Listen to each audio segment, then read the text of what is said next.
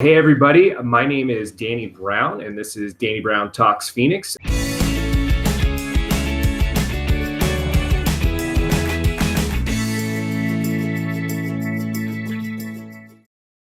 As you all know, I am the host of this show and I am the owner of Myriad Real Estate Group, who is sponsoring our podcast, and we specialize in residential real estate here in the Phoenix area, helping both buyers and sellers. Today, I have the pleasure of sitting down with Shawn Lopez-Nerdahl. He is the owner of Arizona Ballroom Champions. Welcome to the show, Shawn. Thanks for having me, Danny. Appreciate you taking time out of your day to do this and sit down with me and talk a little bit about how you as a small business owner here in Phoenix are building your business and navigating through everything that we're having to try and navigate through with COVID-19. Well, I'm glad to be able to share some of my experiences with you. So I look forward to giving that to you guys. Yeah, absolutely. So before we get started, why don't you give me a little bit of background about yourself and how you kind of started your professional career? Yeah, so I've lived in Arizona pretty much my entire life. I've lived here since I was 2. So I pretty much count that as a native. I moved to the Phoenix area around 98 to go to ASU. And at the time I was studying chemical engineering. And while I was doing that, I was also working at restaurants. I worked for a Rainforest Cafe way back in the day. And I became a corporate trainer. Yes, at the Arizona Mills, yeah. Back when they used to have a 4-hour wait. I remember those days. It was one of my favorite jobs that I ever had. I worked there for a long time. I became a corporate trainer for them, traveled all over the country. And at that time, I decided to put school on hold. I was really enjoying like the restaurant industry. I thought that's what I wanted to do with the rest of my life. I absolutely loved like the lifestyle. I liked the hours. I liked the money that came with it. I enjoyed traveling, opening up new locations. So I did that with them for a while. And then I moved to another company, Bahama Breeze. I don't know if you remember them, but I did that for a while with them. And then the last restaurant I worked at was Bamboo Club, which was another one of my favorite restaurants. And right around when I was about 26, I got tired of working the restaurant industry. I'd been doing it since I was 15, and I was like, okay, I'm done. And so I was going to go back to school to finish my degree, and a buddy of mine kept on telling me I should really try this ballroom dance thing. And he said he thinks I would be really good at it, and I should give it a shot. And at that time, I didn't really know much about the dance industry. I was not a dancer. So it would have been something extremely different and foreign for me. And in my mind, a dancer's career ended at 30. So that's just kind of what I had in my mind. Like I said, I didn't know anything about dancing, so I thought I would have to be done at 30. So I was like, I'm not going to start something at 26 to be done in 4 years. But he finally convinced me to go talk to the owner of a local dance studio. And I went in there and I fell in love with the whole idea, the whole concept of it. And I took a massive pay cut, close to 6 figures, all the way down to $8 an hour. Wow. But I had a really I just felt like the need to do it, to give it a try. And so I went for it. I had a lot of fun with it. The first year was definitely a struggle, but eventually I became one of the top revenue producers for all the different locations throughout the valley. There was 13 at the time. And I just became one of the top people in the industry with it. I absolutely fell in love with it. And I've been doing it now for almost 15 years and I have not gotten bored yet. I still haven't achieved all of my goals with it. So I think that's why I'm still entertained with it. That's awesome. I think that's a testament to, you can't necessarily put a price tag on your passion. And if it is your passion and you go after it, maybe taking those steps backward financially will catapult you forward, hopefully financially later in your life. So that's really cool that you made that sacrifice early on and followed kind of your dream and something that made you incredibly happy. Yes. Yeah. And I'm still happy doing it to this day. There's not a single day that I go to work where I feel like I'm going to work. Now, being a business owner, on the other hand, some days feel like work with that. But when I'm teaching my students and I'm working with my staff, that doesn't feel like work ever. Yeah, I can understand that completely. So when did you start Arizona Ballroom Champions, and what made you kind of want to start your own business? So I was with the franchise for almost 10 years, and I would probably still be there if they would have had a true upward mobility within the own company. Part of the problem with the company is that they are all franchised, and within the franchise, each person that owns a particular studio in the franchise is responsible for their teachers. And no matter how long you're with the company or no matter what happens, when a management position would open up within the company, they would not reach out to their current client or their current teachers. They would almost always reach outside the industry, and they would bring in someone that was a really good used car salesman or somebody that had different types of management experience. So after a while, it just got very frustrating to see that you could not really progress. And because I was one of the top revenue producers for the entire company, I was in the top 3% for the entire country. I just wasn't going to go anywhere. I made the current owner way too much money. She was never going to let us go. So finally, after a couple of things happened, we finally decided, you know what, I'm going to create my own business and do this for myself. So I did. A couple other teachers came with me. We were told that we would never make it, that we could never do anything without that company. They were going to blacklist us from the entire ballroom community. It got a little bit nasty for a little bit, but, we've been here for 5 years. For those that go on to our Google page, our Facebook page, we have nothing but 5-star reviews. We have very, very many happy clients, and we keep getting bigger and better and stronger each and every single year. And people are starting to look at us for our ideas for what we're doing within the community and within the industry. And they are starting to copy what we do and what we've made so successful. So to me, that means that we've made it.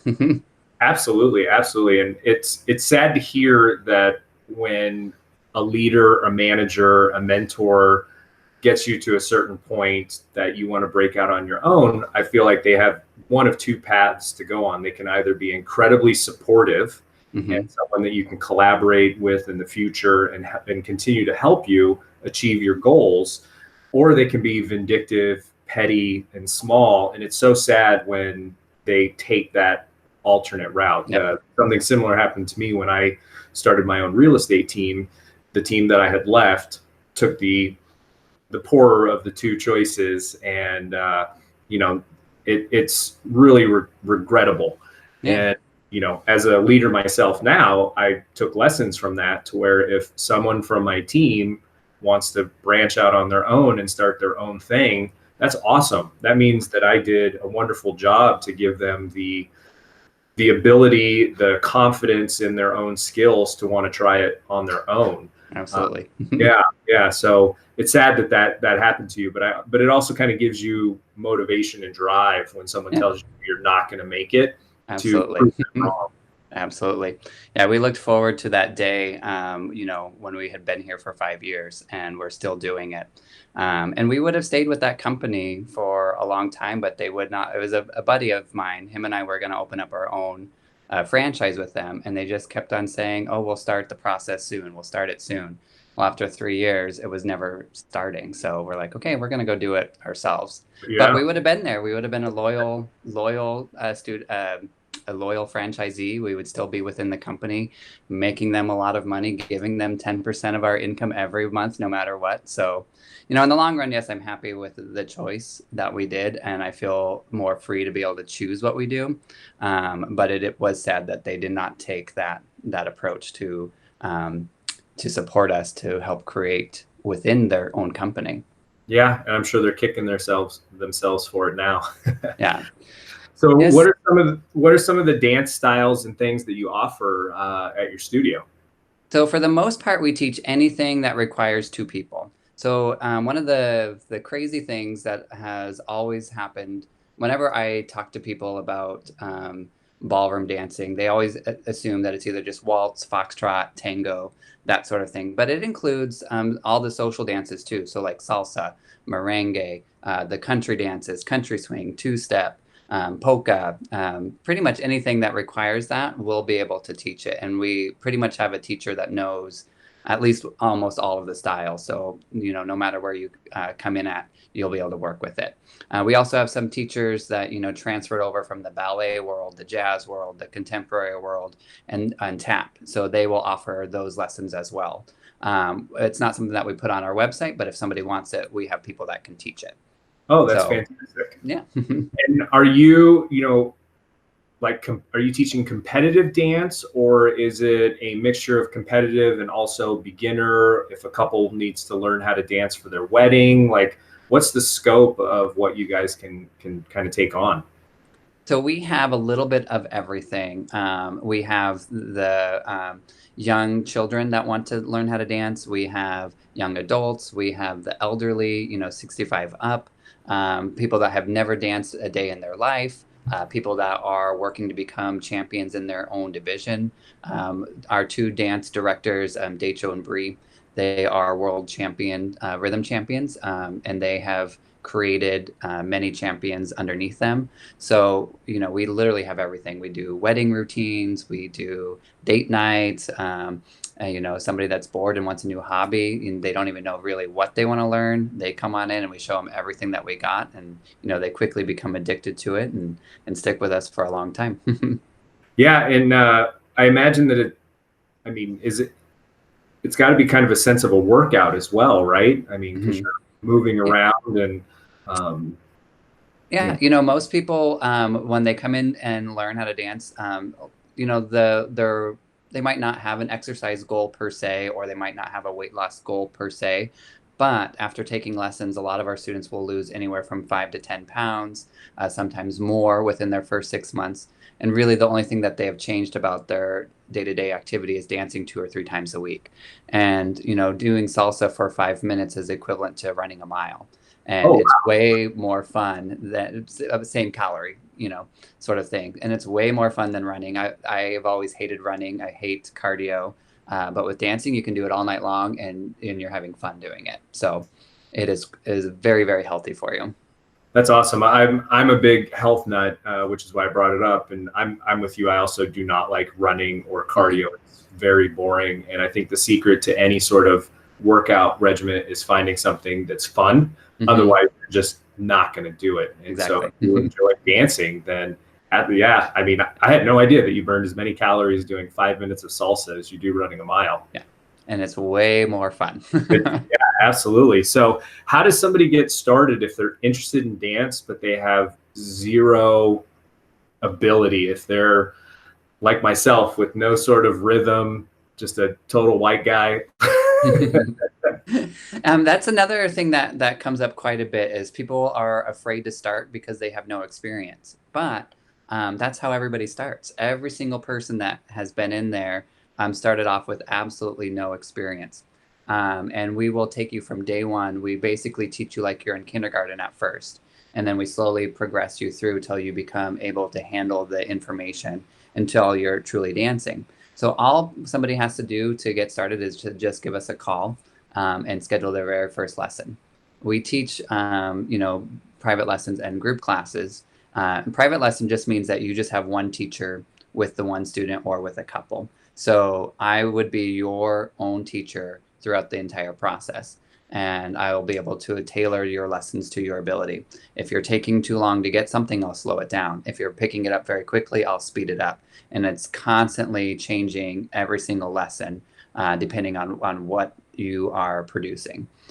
So all you have to do to get started is just pick up the phone and be brave enough to walk through those doors for the first time. Now, do you recommend if you are a beginner doing the private lessons, or do you do group beginner lessons too? Yeah, so the way that it works in the ballroom world, so most people, and like myself included, when I talked about earlier my thoughts of becoming a dance teacher, I always thought it was like one person up in the front of the room and then 30 people behind them following along. Ballroom industry is kind of backwards. We have the private lessons that take up most of the ballroom throughout the day, and then we have a couple group classes throughout the evening. But the group classes more are designed as supervised practice. You work on individual technique, individual patterns, foot placement, things that you can do on your own. And then when you go back to your private lesson, the instructor is able to help what you just did on those group classes and apply them into your actual dancing. You don't have to do group classes to become a better dancer, but you will become one a lot faster if you go to the group classes as well as your private lessons, because that's where you're practicing. Most people will say they'll practice when they get home, and they won't. It's just like they don't. Yeah. They just don't. and that's fine. I'd actually rather them practice in the studio, especially in the beginning, so they don't get bad habits. So yeah, you gotta practice bad habits.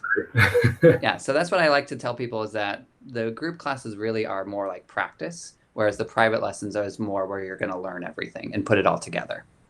Very interesting. Very interesting. So now I wanted to kind of transition into COVID-19 and see, dancing is a very much, there's not really social distancing. I mean, even in church, you just had 12 inches space for Jesus. Yes. I think 6 feet apart is going to be really hard to do with dancing. So how has COVID-19 impacted your small business, and when did you kind of realize that it was? Well, so we'll start with when did we realize that something was going on, or that was starting to impact our business? Was definitely around the beginning of March. We've been obviously following the news and seeing everything that had been going on, but it hadn't really affected us financially just yet. And when you come in to learn how to dance, your first intro program is a nice big discounted program, but then after that, depending on how many lessons you want to do, the packages go up from there. Well, people finally started saying, we're going to wait to see how this COVID-19 thing plays out before we commit to anything. And I hadn't heard that since 2008. And I worked in the dance industry through that time, and I started seeing all the same signs that I saw at the end of that process. So I was like, okay, we're about to go through something here. And then for us, we had to completely shut down. Obviously, we're not an essential business. We hold on to people, we touch people. So it was not going to work for us. And so we closed down. We started offering video lessons for free for anybody that wanted to pay attention and follow us along on Facebook. But that doesn't create revenue. So that was not going to be sustainable for us. So one day I was making masks to donate to hospitals, and I had been getting people asking me to buy them from me because they couldn't find any. And I felt weird at the beginning for charging, because normally I'm a giver. I like to give and help out where I can. And one day I finally decided to put a post on Facebook of selling masks. And within one day I sold over 200 masks. And I was really only expecting to sell like 10. So I kind of pivoted what we were doing for our studio. I kind of turned us into a little mini factory. And so I had some teachers that would come and pick up the fabric. They would take it home, they'd cut it, bring it back to me. I'd put it together, start making the masks. And we started not only selling the masks, but we also started donating the masks to different causes. Most recently, we've been donating them to the homeless. So I work with a woman, her name is Dr. Brenda Combs. She goes out and does a lot of amazing work with the homeless. So I started giving her some masks to give to them. So every mask purchase not only was able to help me pay a little bit of rent, pay my employees a little bit of something, not a livable wage, not anything substantial, but I was able to give them a little bit of money here and there. And I was able to give a little bit of money to my landlord, which they were super thankful that I was at least trying to do something. Mm-hmm. And then we were able to help out the homeless too. So, it was an interesting turn of events for our business, but it's kept me sane because it gives me something to do for 8 hours a day. And it brings a little bit of money into our studio and into our community. So we've been very thankful for that. That's incredible. And it's incredible that it kind of all happened by accident. Mm-hmm. And the response, I see your posts and everything and the comments that people make, and it's really fantastic. And the fact that you are, you're suffering yourself with your business and being able to provide for your family and your employees, but you're still giving. Yeah. And that's touches the heart to hear that story and that you're doing that. So thank you. Has any of the relief that the government has put into place, has that been helpful, or have you found that to be more challenging and just a big headache like a lot of small businesses? For me, so far, I haven't received anything. I finally today, for the first time, got my stimulus check in the mail. So that was the first any sort of like government assistance that I had. And the way that I have my business set up is I'm a sole proprietor, and the teachers that teach our lessons, they are independent contractors. Okay. So that, although was nice as far as taxes go, has really kind of screwed all of us. And going forward, I will be moving all of them to W-2 employees, which was my goal for this year anyways. We're finally at the 5-year mark. I finally had savings. We had our best year yet last year. I'd gotten rid of all of our financial hiccups that I had made along the way. And I was finally ready to like have a full like actual staff and run it like an actual studio, not an independent, people come and go as they please sort of thing. And we were just starting the process right before this all happened. And so for us, we didn't really qualify for very much for the PPP program. I still have lenders out there trying to get my application through, but I also did the EIDL loan. They did my credit check about 2 or 3 weeks ago, and then I haven't heard anything from them since then. I follow a Reddit group online, and I don't know how true it is, but they were saying that there was a data breach about 2 weeks ago. And so they had to redo the whole process. So for about 2 weeks, everything was kind of at a standstill.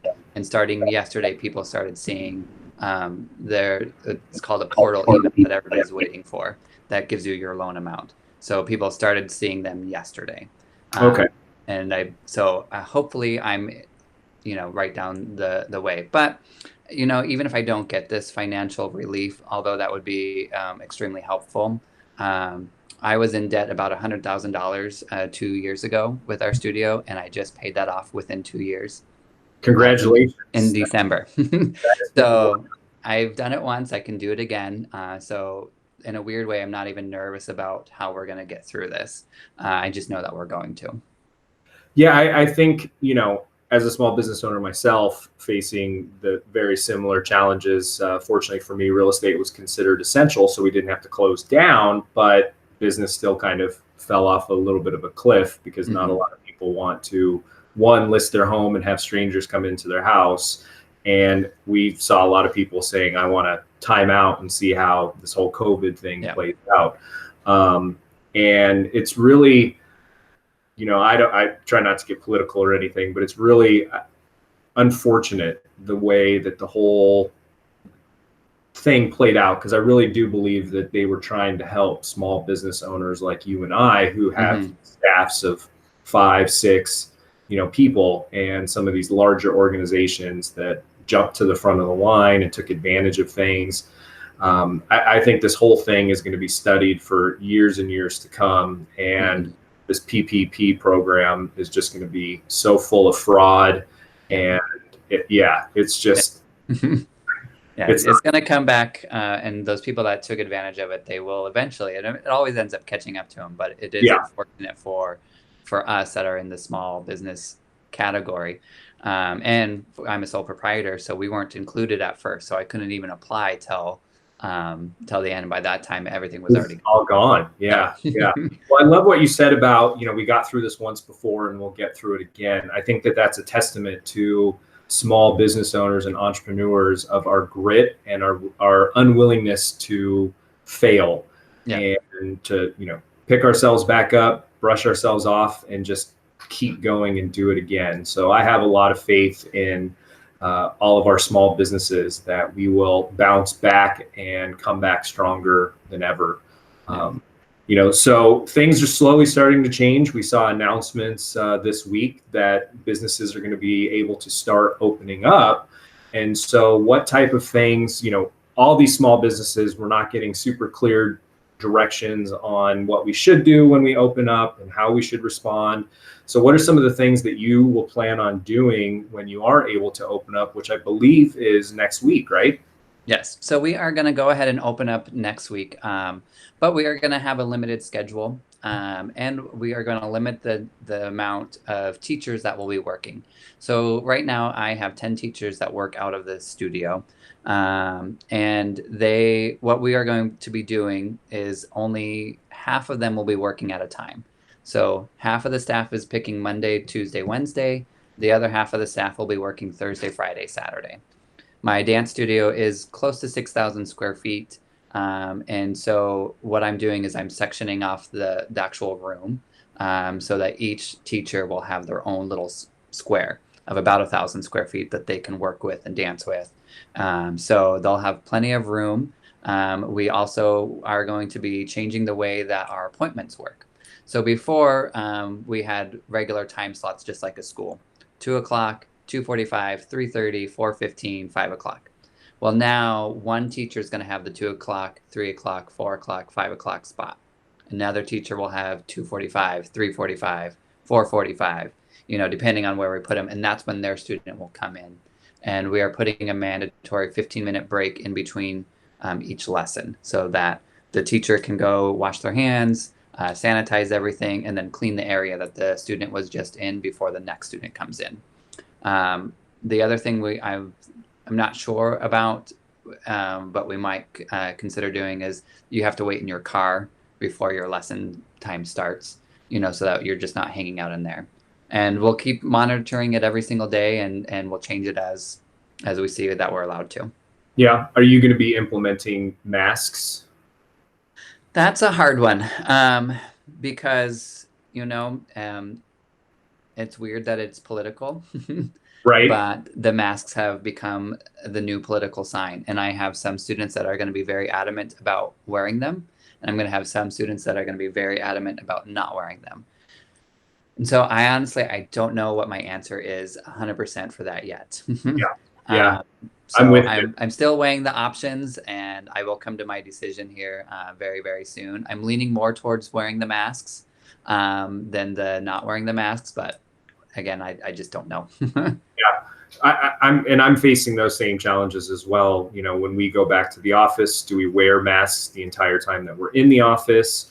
I've shown up on appointments during this where I'm wearing a mask, and you can just see your client kind of roll their eyes like you're being ridiculous. And it's like, well, this is what I'm choosing to do to not only protect myself, but also protect you, because I'm seeing other people. So it's really odd what people gravitate to and focus on, depending on what silo they find themselves in.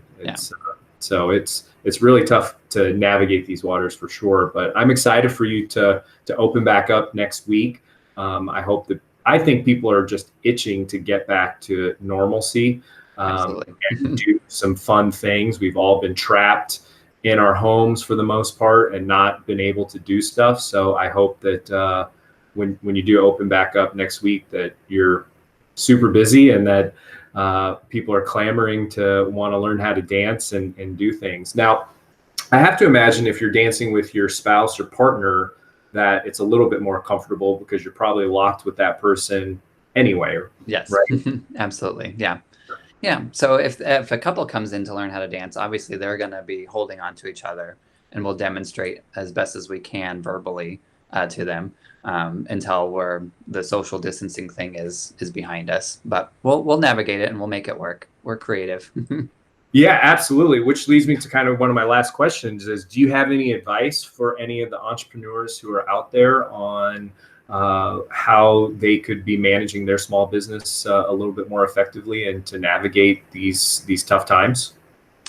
I think my advice is to be creative with the situation and not stick into doing what you've always done, because these are different times. We're in a different scenario that we've ever been in. And take a chance on something like making a mask. I was very against posting that on Facebook because I didn't want to seem as somebody that was trying to exploit the pandemic.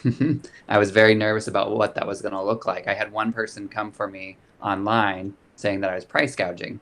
Now, I shared with him, well, I'm also doing this, this, and this. We're making it in America. I'm employing American citizens. Like, there's so many reasons why this is actually a good thing. But, don't be afraid of that. There was only one person out of hundreds and hundreds and hundreds of people that saw what I was doing and saw the reason why I was doing it.